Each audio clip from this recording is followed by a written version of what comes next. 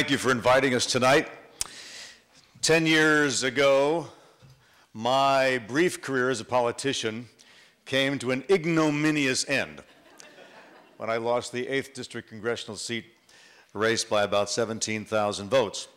Up until that time, I had, for the 5 previous months, spent about 4 hours a day, 4 to 5 days a week, on a telephone in my dining room, calling people whose names have been taken out of the donor list for the Seattle Opera, the Mercer Island phone directory, and various lists of rich people to get them to give money to my campaign. I raised $500,000 for the primary, which I won, and I raised $1 million for the general election, which I lost. But my $1.5 million was only a small portion of the money spent in that election. With the addition of outside money and the money that my opponent Dave Reichert had raised, in all, on that 8th District Congressional race in 2004, $8.5 million was spent, making both of us incredibly famous. I never saw a dime of the money I raised.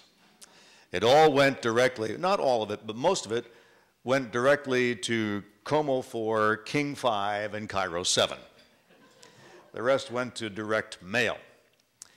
And at the end of that process, I had a pile of business cards about that high in this hand, and a pile of business cards about that high in this hand, and all the things that these people had asked me to do were in direct conflict with all the things these people had asked me to do.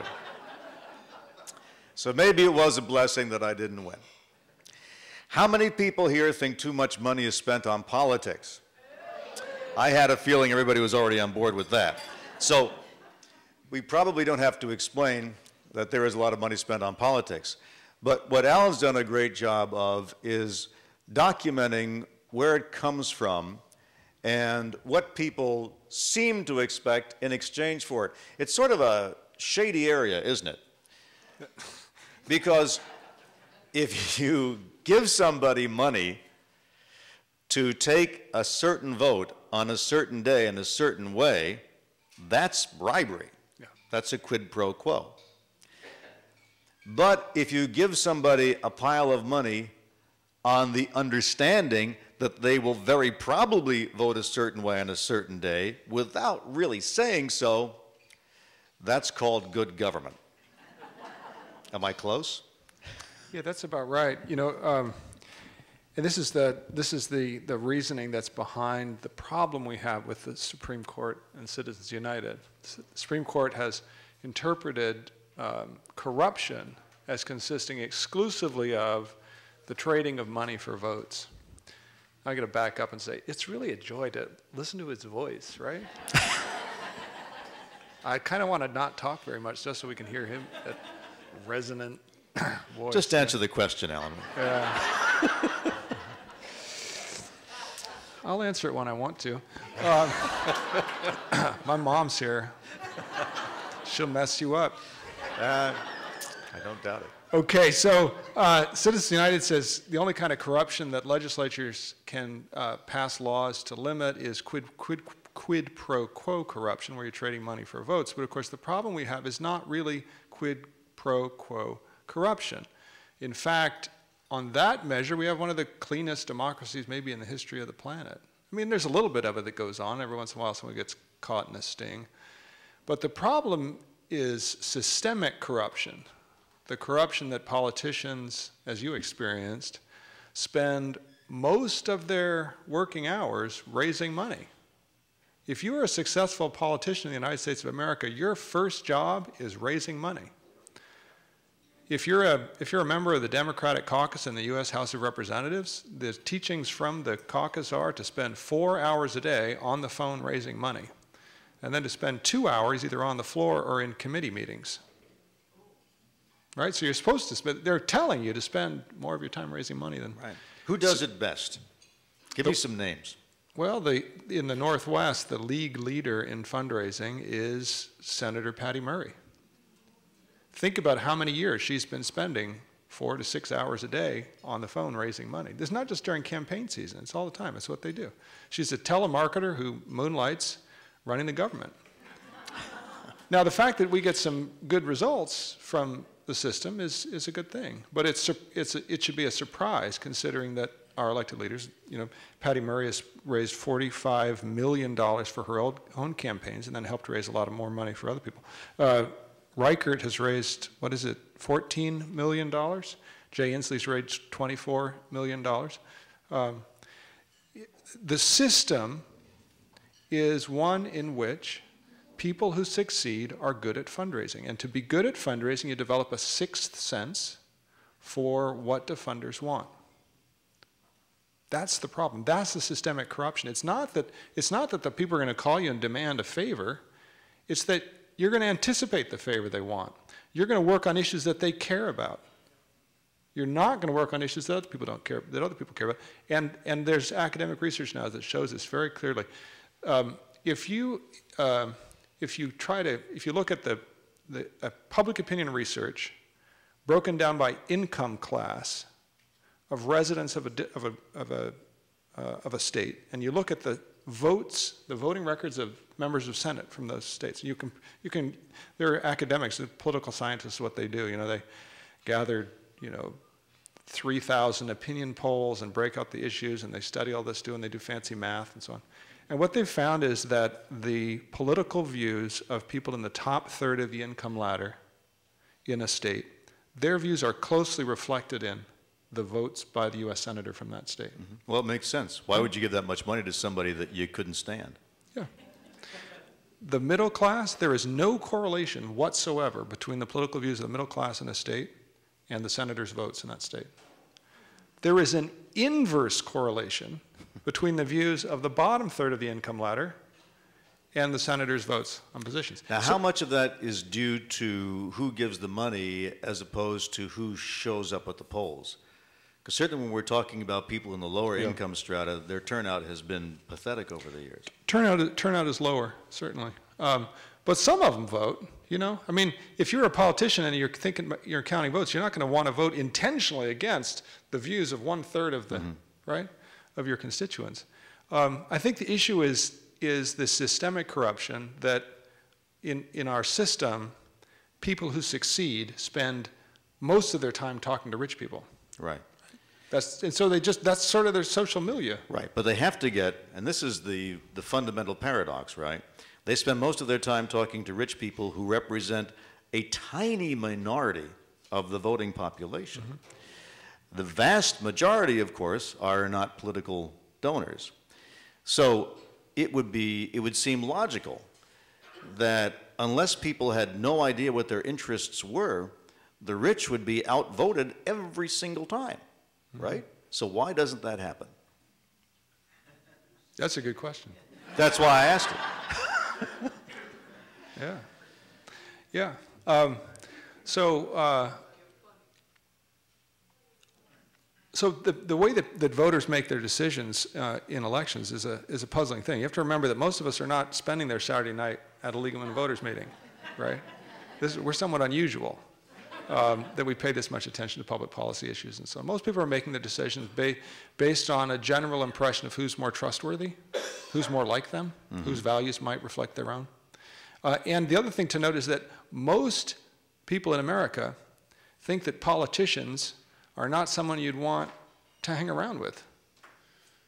Most Americans are disgusted by the process of politics. They think government is not trustworthy.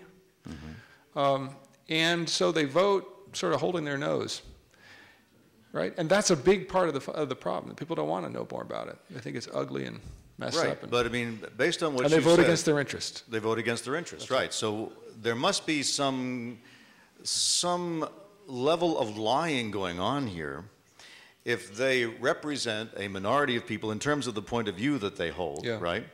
And yet are voted in by a majority of people whose view they don't hold, but who they have to pretend to hold to win, right? That's right. All right, so there should be a law against lying, shouldn't there? Yeah, so it's one thing to lie, and it's another thing to pick what you talk about.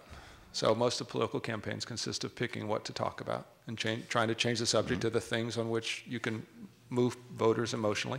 The negative campaigning is a lot about that. And another part of negative campaigning is to suppress turnout, to make your opponent's supporters so disgusted by the whole process that they won't bother to vote. And if you can suppress their turnout more than you suppress your own voters' turnout.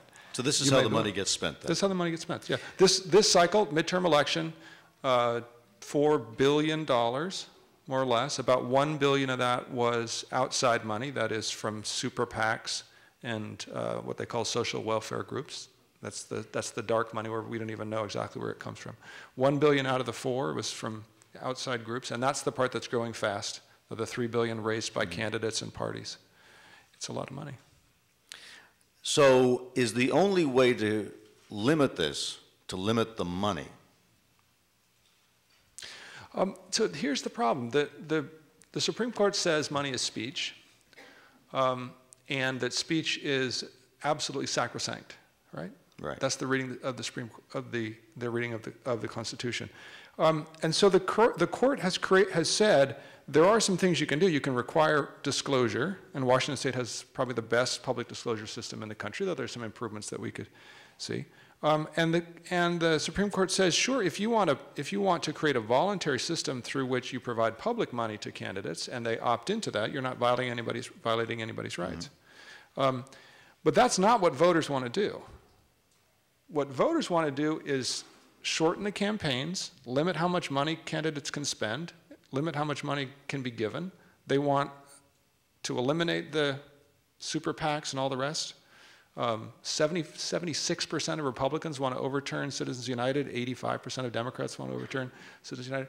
The public is absolutely appalled. They want limits. They want it strictly limited. They basically want what Canada has. Canadian election systems, candidates do not spend time dialing for dollars, right? They also elected a cocaine-sniffing mayor. In Toronto, they did.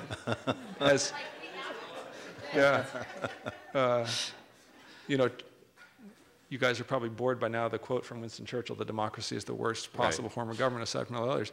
But there's no guarantee that solving the money problem will make everyone smart. You know, I'm supposed to ask you questions too, and so Not far. yet. I ask you questions for the first half. All right, so people want to regulate the money, they want to reduce the money, but the Supreme Court won't let them. We understand that the money tends to create the kind of politicians who are good at raising it, and therefore they have to be good at schmoozing with rich people, and therefore they know, without it having to be stated, that they have to represent the viewpoints of the rich. So the option that seems to be open to us is to somehow wean ourselves from being manipulated by the ads they buy, whether those are ads that exaggerate their own accomplishments, diminish the other person's accomplishments, or seek to confuse and frighten us so that we don't go to the polls. Right. Is that possible? Is it possible to create an electorate that is independently informed and therefore immune to these manipulations? Right. So we can better inform voters so that the money doesn't matter as much. That's one set of strategies. And we can also we can try to provide public money to have a public system of finance. There are ways that I can imagine we get there. It's challenging, but it's not impossible. So we should spend a minute about each of those things, right? Go ahead. So one of the things I'm most excited about reforming the initiative process in Washington and Oregon. In Washington, probably the initiative process is the most egregious case of financial obscenity. For example, 2 years ago with Monsanto and the grocery manufacturers, Coke and Pepsi and so on, spending $22 million, only $600 of which was collected in the state of Washington, to bombard voters with their message against labeling foods for GMOs. That's more money than both major party candidates spent combined running for governor. That's more money than was spent on every single legislative race in the state combined, right? But the Supreme Court says there can't be any corruption in an initiative race because you can't bribe somebody. There's no politician to be bribed, right? So therefore, there's no limits on total spending. There's no limits on individual contribution, and the fundraisers have found ways to make it possible to hide identity in many cases, so there isn't even full disclosure. Let me interrupt for a moment. Was anybody at all mystified by what was behind that money? Who was paying for it? It's like the liquor initiative. Everybody knew that that Costco and the big box stores wanted to privatize liquor, and you'd have to be a moron to think they did it to lower the price of liquor, right? So, I mean, how much more? They wanted to corral the sale. They wanted to get the business. And Costco now has about 10% of the liquor market in the state. I mean, sometimes you can look at the money and understand that you're being manipulated, and if you allow yourself to be manipulated, even though you understand that you're being manipulated, who's to blame there? I think the system is to blame. I mean, it's easy to say voters ought to just make themselves immune. But if we don't create a democracy in which the truth flows more easily, then, I don't know. I mean, yeah, it'd be nice if people were smarter, paid more attention. Mm-hmm. It's hard to legislate that. That's like saying, what's the old quote about the manager of the baseball team saying, all fly balls will be caught. You got to pick better fielders and train them better and so on. But so the thing I was trying to say about what I'm excited about is Oregon is now doing this thing that they call a citizen initiative review panel. And we're trying to bring it to Washington next year. It's like a jury. Put 20 people together in a room for 2 weeks. They bring in the proponents of an initiative and the opponents of the initiative, and they bring in independent experts. And this group of citizens who are not randomly selected, they're selected to represent the demographic, political, and geographic diversity of the state. So it's a cross-section. And they get together and they discuss, they debate, they deliberate. It's all moderated to maintain an allegiance to the facts and respect and civility among the participants. And they're paid, right? They get a stipend, right? At the end of the process, they make a consensus statement that's published in the voters' pamphlet. They've done it 2 cycles in Oregon. No, they've just done it a third cycle in Oregon. And at first, no one knew what it was, right? What's this page in the voters' pamphlet? I don't know what that is, right? But the University of Washington had a researcher who's been monitoring this closely. And the awareness of it keeps increasing among the voters.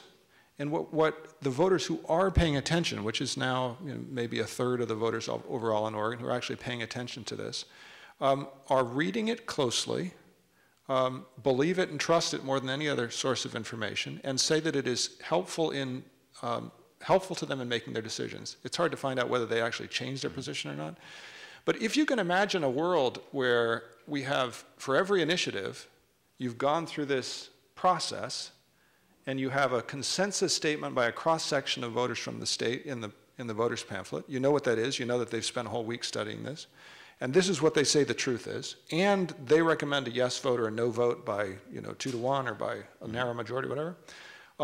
It makes it harder. It makes the money people put out a lot more money to overcome that, right? It helps to bolster people's independent decision making.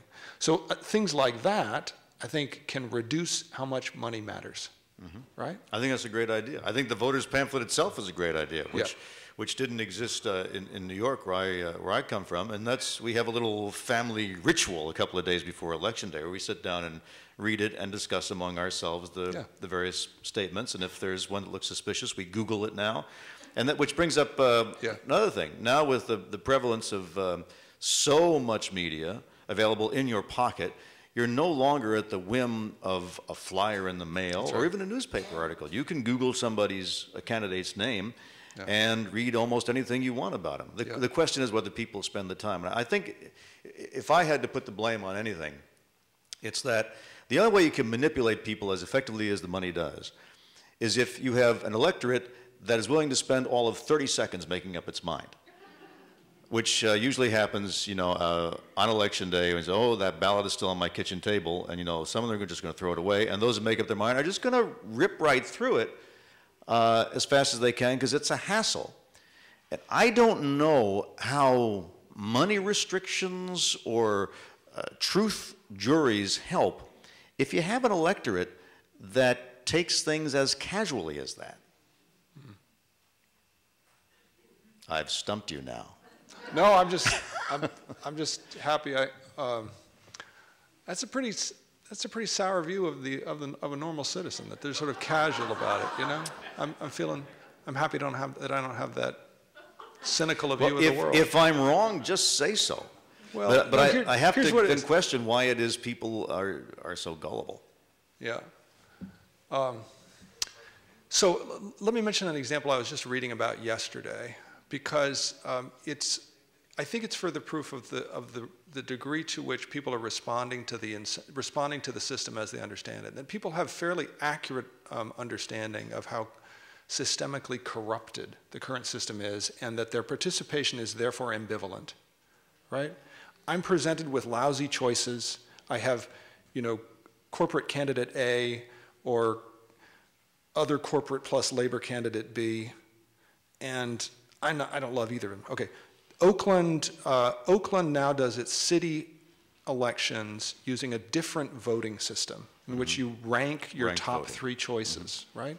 They don't have a primary. So you have the election among the largest number of voters. You have it only in the general, right? So they use rank voting. They've just done the second round of electing a mayor through the rank voting system. The first round, 4 years ago, there were a bunch of independent expenditures running negative against certain of the candidates, and they completely failed. What it did was it put a negative light on the candidates who voters correctly identified as the intended beneficiaries of these negative, and those guys kind of lost. In rank voting, you want to be everybody's first choice, but if you can't be their first choice, you'd really like to be their second choice, and if you can't be their second choice, you really want to be their third choice, because how it works is the first round votes go to whoever they vote for, right? And then you start eliminating the people who've lost, and all their votes get retallied. So if your first choice was the 6th place finisher, your first choice vote is peeled off, and your second choice shows up, and so your ballot gets moved over to whoever the winner is, and you keep doing that round after round. So you want to be liked by everybody.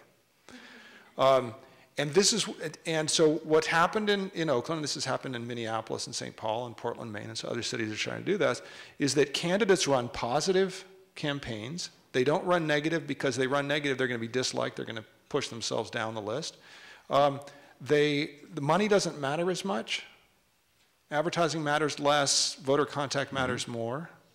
And interestingly, participation in that election has gone way up. So the way you can tell this is that it's normal to have what's called ballot drop-off. So you might have, say you have 100,000 votes in the city of Portland for governor, but maybe only 60,000 people participate in the city council race, right? The races that they've converted to ranked choice voting, they're getting 95 to 97% of the ballots filled in for those races. Now, how many candidates on a ranked choice ballot, since there's no primary, how many candidates might you see on a typical ballot? It's hard to say what's typical yet, because it's not used in many places. In Oakland, there were 15. In Minneapolis last year, there were, I think, 7 candidates. And in both cases, the winners were not the biggest spenders. They were the candidates who had run the most sort of grassrootsy contact voters kind of a deal. And do you have to rank everybody, or can you just rank as many as you? Right, so this is the detail of the voting system that gets really exciting to me and no one else cares about. Well, but in Oakland, you ranked your top 3. It's already sounding like the way they score soccer. But I mean, that's typical. How do they score soccer? You make a goal or you don't make a goal? What do you mean? Oh, no. Oh, okay. I'll explain it to you if you have a month. In Oakland, it was top 3. In some places, you might rank 5. Yeah. The potential of this alternative voting system is not just the mayor's races, but congressional races, and that's where the power would be enormous, right? So we have in Congress and in our legislatures, most of the seats are safe, right? And there's certain seats that are designed to be competitive. Right. Right? So we have redistricting, and Slade Gorton and Tim C sit in a room for a while, and they draw up this map, and all the incumbents from each party get a safe seat. Jim McDermott gets 85% of the vote. He only got 79 this year. So only 79, right? And then we draw one district, Susan Delbenny's district. What number is that? 1. Number 1, Yep. right? That's supposed to be 50-50. And obviously someone did the math wrong because it turned out to be 54. Well, there are certain problems with her opponent this year, but yeah. So that's the way the system works, right? Is you draw safe seats, and then you have certain competitive districts, and that's where all the money goes. And most voters, therefore, are in a safe seat. Their vote kind of doesn't matter. If you instead had, say, Washington divided into 2 districts with 5 members of Congress each, and you rank choiced your preferences, and the top vote getters in each of those 2 districts won, so you'd have 5 members of Congress from each of those districts, you'd have a Republican from Greater Seattle, along with probably a socialist, and a bunch of centrists, and you'd have a Democrat from Yakima or something, along with so on and so forth. Everyone's vote would matter in each of those places. Is there any are legal no safe seats. hurdle to doing something like that? Well, there's something in federal law, but we could do, now here's the thing, we need to start this at the city level. This is my grand scheme, I said this, right? My next articles are gonna be about this. You could start this at the city level, where it'd be like falling off a log. We already elect, you live on Mercer Island, right? Mercer Island, like Seattle used to have, is a bunch of at-large numbered seats for your city council. Yeah. So you pick, I'm gonna run for seat 1, I'm gonna run for seat 2, or whatever, right? How many seats are there? I think there's 9. 9 seats? 7? 7 on Mercer Island, right? So instead of having numbered seats, you could say, okay, the top 7 vote getters. Everyone's in the same pool. You list your top 7 or 9 or whatever you want to do, right? Until people get used to it, right? Do a bunch of city elections this way. People see, oh, it's good. I get a better diversity. There are no safe seats anymore, right? And then after people are used to that, then we can start doing statewide. What Washington could do without a change in the Constitution is to increase from 2 to 3 the number of representatives in each legislative district, and you could elect them by ranked choice voting. The result of that would be, with 3-member districts, you would have a Democrat in Yakima, and you'd have a Republican. Well, you'd certainly have a Republican on the east side. You might not have it in Seattle, right?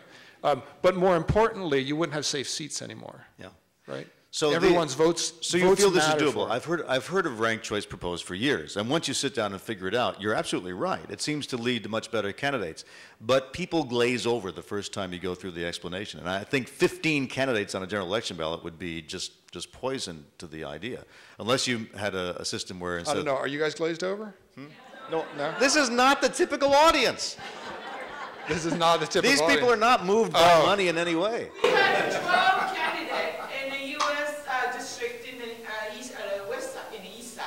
12 candidates for U.S. Congress. Yeah. And a lot of people showed up for candidate forum. Over 3. In the primary. Yes. Well, the problem is, though, the primaries are some of the least attended elections that we hold. Right. No, but there's so many people interested in it. So if that's the actual election, 12 people come. Yeah. Because they're really interested in what kind of people are out there, rather than just 2. Yeah. Well, right. So you asked, people are gullible and people aren't paying attention. They're casual about it. It's like, well, yeah, people are how they are. But if you give them a better set of choices, if you show them a game that's not rigged, they will actually be more interested in participating. And that's what we see from Oakland. I didn't raise that example because that's definitely the absolute fix that we should do. And my point is that if we change the rules of the game, people will participate in a different way. So and the same thing is true on the money side. So, and what's genius about that is this is a way to undermine the influence of the money. It is. So the Supreme Court could just throw all the rules out and it wouldn't matter anymore because suddenly the money doesn't have any influence. And that's the way you have to go. The money matters much less. Exactly. Yeah. But that's pretty much what you have to look at in this current environment, right? Because it doesn't appear as if the Supreme Court is going to change its definition of corporate personhood or the limits on money. Well, it'll take us 10 or 20 or 30 years to change the Supreme Court the Supreme Court over time moves from one set of rulings towards another sometimes, especially when it's completely out of sync with the public. Over time, it tends to move, but that's a long-term strategy. And there is actually a group of advocates who are working on this strategy, developing a different jurisprudence and so on. There are plenty of judges, including 4 members of the Supreme Court now, who think that the majority's rulings are just bad law. That it's an extremely constricted view of what corruption is, and a narrow interpretation of what corporate personhood, what it means. But it's certainly a long-term strategy. So in the meantime, we can work on other things like better information for voters through Citizen Initiative Review Panel, like Oregon's doing. We can bring that here. Like trying to move towards ranked choice and other improvements in the electoral system, initially at the local level, and then maybe moving up towards the legislative level, and so that maybe by 10 years from now, there's enough experience that you could have a debate about doing it at the state level. There are things we can also do about the money in politics. Seattle came within 1,500 votes last year of passing a public funding system for candidates here. In cities like New York, where they use public funding, they use what they call a super match, it changes how candidates spend their time. They spend a lot more time doing voter contact, a lot less time on the phone raising money, and they raise money from a much more diverse array of citizens. So Seattle came very close, and there's a group here that's working on developing a measure that would come back to voters, I think, next year or maybe the year after, to do public funding of campaigns in the city of Seattle. There's a resurgence of interest at the national level in groups like Common Cause and Public Campaign in finding some states that can be leaders on public finance. The Supreme Court has left a little avenue open in that domain. And I'm not going to say that any of these things are easy, but there are paths. There are things we can do that could by 10 or 20 years from now put us in a very different position than we're in right now, where we just experienced a midterm election with $1 billion, so $300 million of dark money and $1 billion of independent expenditures, and a situation where candidates are spending 4 to 6 hours a day raising money. We should talk about the dark money. Explain what that is and what the rules are on when you have to disclose your donors and when you don't. So if you give, dark money is money where we don't know who the donor is, who the ultimate original source is, right? It's not a legal term that exists it's a media term. But mostly what it refers to is giant sums of funds that flow through what are called social welfare organizations. So you guys have probably all heard of a 501c3. The League of Women Voters is probably a 501c3. That's a charity. 501c4 is a different part of the Internal Revenue Code. And those are organizations that are allowed to engage more in politics. So for years, the Sierra Club used to be a C4. Am I getting that right? Many organizations now have a C3 and a C4. And over time, they develop legal theories and practices through which they can take lots and lots of money and publish or broadcast what they call issue advertisements, right, that never mention the candidate by name, but nonetheless have the effect of suggesting. Well, they can also, I believe, say, call Patty Murray and tell her what you think. Yeah. As long as you don't say vote. Exactly. You're okay. Exactly. So, so dark money is all that, and that's the fastest growing segment. We had Citizens United. What is it now? 3 years ago. This year 4 years ago, we had the McCutcheon ruling. McCutcheon ruling allows eliminates the cap on how much any individual can give to candidates. It used to be that you could give no more than $62,000. Not very many people have $62,000 in a year. Now this is aggregate. There's still a limit on what you can give to an individual candidate. That's right. This is a federal rule. There's a limit on how much you can give to any individual candidate. But frankly, there were always ways to get around that. The folks say the history of money in politics is the story of water running downhill, right? It will find its way. But you couldn't legally give more than $62,000 total, I might have that number wrong, but it's some big number, to all federal candidates. Now, McCutcheon blew up that rule, so now there are 4 or 5 ways you can give basically unlimited money to any candidate that you want. And the expectation was that that was going to siphon more and more money directly to candidates, and that maybe we'd have shrinkage of the super PACs and the dark money through these social welfare organizations. That's not happened. What's happened instead is that the outside money, the super PACs and so on, has increased, presumably because the donors like to have control of it. Yeah. The Koch brothers and so on put in $225 million this cycle. We guess, we think, we don't really know because it's dark money, right? This is like they use the superconducting super collider to try to measure. They backcast from how much money was spent buying ads, and they try to figure out where it came from and so on. So $225 million from them, another 100 and something from Karl Rove's Crossroads, right? Remember, Patty Murray has raised in her entire career $45 million. He raised $1.5 million running for Congress. These guys are dumping tens of millions of dollars through these shady channels. In Colorado, Senator Mark Udall lost his reelection bid. He was initially favored to win. Crossroads, the Karl Rove super PAC and social welfare group, spent $14 million just on TV ads against him, right? I'd like to interrupt just this very minute, because one of the things I very much want to do is include the audience in the conversation. I didn't even ask him questions yet. He's good. And maybe he's the one to be, time? we should direct our questions to Dave. But something that my goal for everything is that all of us, having listened to this, we now have our own ideas. We have our own concerns.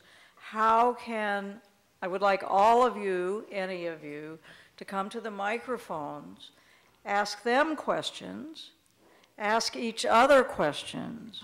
We need to control it according to microphone. We can't have people just standing up and yelling questions. But I'm hoping that all of you have, there's a burning question there that you'd like them to answer, you'd like them to ask you, you'd like to ask each other. So I'd like to begin with that, and we'll start with Kathy over there.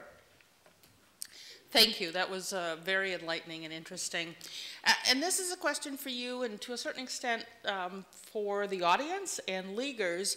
I'm one of those proud progressives that has railed about the Koch brothers and all the money that the beverage industry and then the grocery industry has put into initiatives, and we talk about those bad rich people and whatever. And this week we passed 594 with the help of some very, very wealthy donors.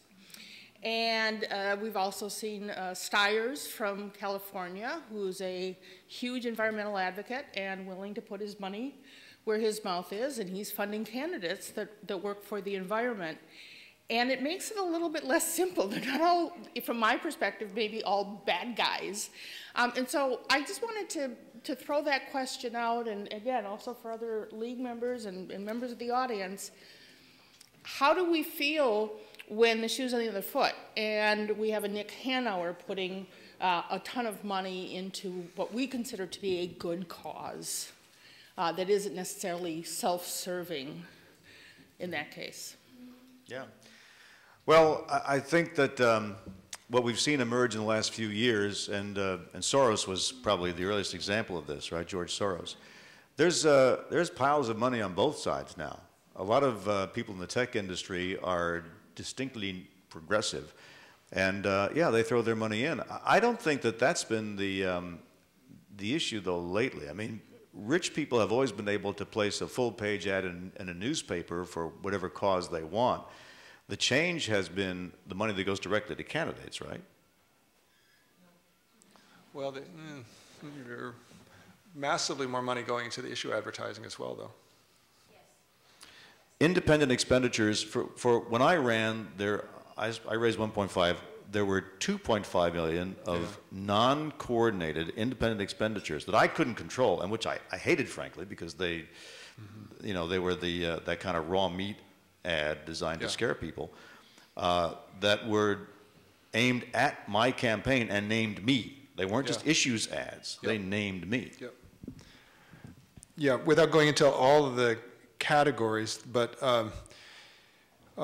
we have, so you were in an open seat in one of these swing districts, right? So huge amounts of money coming in from all over. And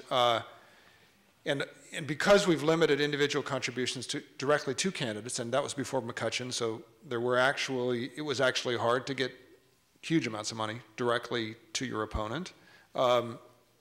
Rich interests, whether they were PACs or individuals, could do and still can do independent expenditures. And if it's trying to be if they do that and make it clearly against you, then they have to obey the rules of independent expenditures, which includes disclosure.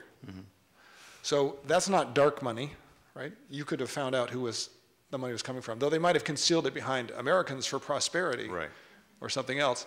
The grocery manufacturers tried to hide the names of their donors a year ago, but ultimately the state attorney general succeeded in getting them to reveal. You know, let me go back to the original question and offer thought about that, right? I can still root for my team, even if I think we need to change the rules, right? There's no conflict between supporting or being pleased that Tom Steyer's putting $57 million this year into supporting action on climate change, my team, right? And still thinking a system in which we depend on plutocrats to drive political change is not what democracy looks like. That's a really excellent phrase, depending upon plutocrats. Joanna, would you like to ask a question? Yes, so I think I'm following up a little bit on the idea that, of course, it's great. You know, it seems nice when somebody well-off donates money to a cause I believe in, but several things. One is that my understanding is that 594 likely would have passed without some of that last-minute big donor money, that they already had a lot. And so you have to say, well, you know, maybe they just wanted to get on the bandwagon. Then you have to think, well, what is the effect on voter suppression when you have so much money going into negative campaigns? So that's still a real concern. And if you just compete for money, and the other issue is that a lot of times people will be like big money will be supporting the people they really like, but even in presidential campaigns, I remember hearing, well, the banks are giving to Obama now, and that means it's because they think he's going to win, because they weren't originally, because they want to be with the winner. So sometimes all that money goes to be with the winner after they see what's going to happen. But we're still not thinking about voter suppression. And then another small thing is, what do you think of maybe not allowing for paid signature gatherers? I know he has an answer about money to the winners. I'm going to make a brief commercial announcement, and then we'll go to this question, okay? I brought flyers because I run a nonprofit, and that's what nonprofits do, is distribute flyers. So I'm going to pass them around. I also have sign-up sheets. If you want to get more information about the work that Sightline is doing about money and politics and other things, then you can put your name on one of the sign-up sheets, and I'll pick them up at the end of the day, at the end of the event, okay? After I won my primary election, fundraising got much, much easier. I started calling the next day, and I first call, I think I got $75,000, and then the next day I got another $80,000, because there are PACs there whose job it is to give to all the candidates, because they want they want your door to be open when they come to you to lobby for things. So I mean, there's no question but that there is money going into both sides of the equation. To me, it comes down to what exactly is that money buying. And in most cases, it's buying television ads designed to manipulate the choices of voters who haven't researched anything on their own. I mean, my wife and I, my wife especially, has never had any trouble making up her own mind despite what all the ads say. And in fact, it's to the point where when you see a lot of negative ads against somebody, it has the reverse effect because we all know by now, I think anyway, what's going on initiatives. I'd like to give Susan a chance to ask a question. I wanted to get Alan to talk a little bit about initiatives and paid signature gatherers, because once upon a time, you could not pay them, and that was that has now changed, right? Because that's right. Court decisions. Washington outlawed paid signature gatherers in 1912, and they were illegal until the early 1980s. And unfortunately, it's a federal court ruling that prevents us from banning paid signature gathering. Oregon has a rule that says you can't pay them a direct bounty per signature, and Washington actually had that for a while, and the federal court here said, no, you can't do that. That's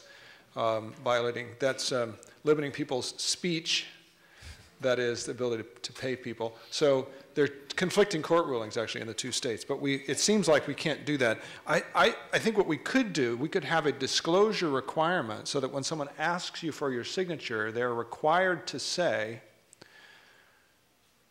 hi, have you signed for whatever the initiative is, closing the gun loophole? I'll be paid $2 by the Committee for Gun Safety if you sign. I'll be paid $1.50 by the realtors if you sign this initiative against real estate taxes. I think we could do that. And that might be kind of good. Could we move on, because I want to give as many people as...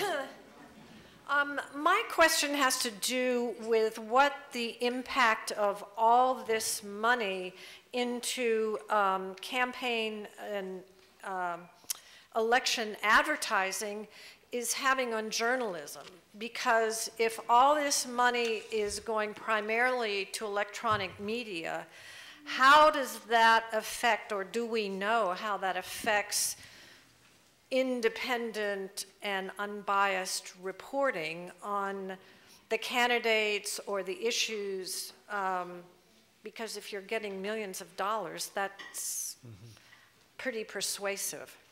Based on what I've seen, I don't think it affects it. I've made fun of the ads back when I was doing a talk show. We've done parodies of them. I've come on after ads and said, by the way, that's not true. I don't do it often, but there's no denying that broadcasters make a lot of money during the political season because there are a lot of ads.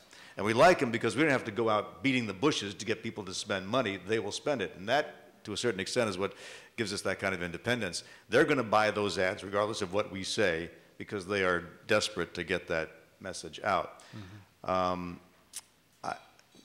suppose where it might make a difference would be with certain ideological publications who, because, and I know this happens, if certain websites that are catering to an audience of a certain ideology, if they write editorials or write articles that buck that ideology, there can be severe consequences. I mean, sponsors can't leave you for that. And not so much political sponsors, but corporate sponsors who don't like the message that you're sending. Yeah. Tony? I would like to know if you know state legislators who have drawn up bills to provide for initiative reform or for this rank 3 choices in our state. Are there people that we should support who are starting in that direction? You know, there have been a few bills, but they never really had enough support that they were real contenders. I think it's been a few years since anybody proposed a ranked choice system in Washington. Reuben Carlisle, state representative from 36th, has suggested a bill that would have public funding for state court races, which seems like a good place to start to me. Like for one thing, the races. Didn't Tacoma try a ranked choice system? Yeah, Pierce County did ranked choice for one cycle. Complicated story. Then they stopped. And there are a few others, but they're all been kind of blips. And the problem is 96% of Americans believe that our system is too corrupted by big money. Our political system is too corrupted by big money. And 91% of Americans believe there's nothing we can do about it. Yeah, but there is. But there is. So we need to know who the leaders are. So the challenge is that everyone perceives this as a problem that you can't make progress on. And we need to figure out some really, really smart strategies where we can make progress. And so that more legislators will see it's an area where it will advance their career, not hurt their career. Yeah. I want to interrupt quickly to say I would like to have at least 2 more people speak. It is now after 7:15, so we really need to move quickly through the rest of the evening. And Samantha, you be next. My question, I think, dovetails on that pretty nicely. And I feel that quite a number of, certainly the people we know, are smart enough people to vote. It's just that they often feel that they cannot find, or within a good hour of internet research, can't find accurate information that they can trust to make the decisions that they need to make. So I think that one of the most effective things we can do is to create some resources that they truly can trust. Not everybody knows about the League of Women Voters, but like that Citizens Committee that you were talking about, something that they can go to rather than hunting through a bunch of different websites and never trusting any of them, never trusting the newspapers. So I think there must be some things that we can do to make it easier for people who are willing to research to find information that they can trust. Well, I think those sites exist. The Metropolitan Council of Seattle, the King County Bar Association, the judges' races are the toughest ones for me, and the King County Bar Association has a site where they rate the judges. So you can either go by their ratings or you can read deeper into why they earn those ratings. And of course the voters pamphlet. I've never had a problem just going to Google, getting information about a candidate, and then of course you have to use your judgment to decide whether the source is trusted or not. But I don't think that's going to change anytime soon. The internet is getting bigger, not smaller. I will say that that academics who study this question about voter participation, particularly who studied what gets people to vote all the way down the ballot, suggests that more information is not the solution, that's a sort of pointy-headed, overeducated perspective like I would have. That instead, what's happened is that we've had a decline of what they call mediating organizations, that the decline of, they call it social capital also, but we're not as much a society made up of lots and lots of local organizations and fraternal organizations and clubs and labor unions and churches and so on and so forth, and that those are the settings that provide the information, that have historically provided the information to the swing voters, who are not at this event. Swing voters are the people who are actually the target of those ads, right? About 90% of Americans actually have some sort of a political ideology. Only about, so what's said is that a third of Americans are independents. Now, that's not really right. A third are willing to admit that they're progressive conservatives, and a quarter are willing to admit that they're liberals. And then there's another big chunk on each side who if pressed, will admit that they actually have a political ideology and it is a little more conservative or a little more liberal. But there is about 10% in the middle who really don't know what they think at all. Those are the actual swing voters, and they are paying attention to, I don't know what, football, something else. right? And they decide the future of the free world. And Dana? Thank you, Janet. Before I ask my very brief question, I would like to let Janet and the League know that I do know how to reach Superman's personal trainer. It's my brother, so actually I can help us with this training to be Superman. Second, my question is, Bernie Sanders is floating this idea this week, and I'd like to get your comments on whether this making voting day a national holiday would actually help to change voter behavior or in turnout. Well, I don't know. We thought that mail-in ballots would create 100% participation. I mean, you've got 2 weeks to vote, for crying out loud, sitting on your kitchen table.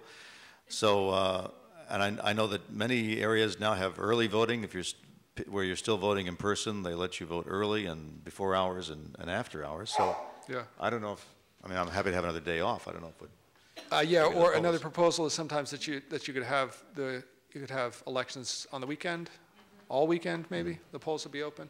I think Washington and Oregon, and now California, the vote-by-mail system is something that other states ought to adopt. It does increase participation by a few percentage points. Alone, it doesn't fix everything. The other thing that Oregon almost did that would make a big difference, Oregon last year came within 1 vote in the state Senate of doing what they call automatic voter registration. You know, in most countries, it's the job of the government to register voters.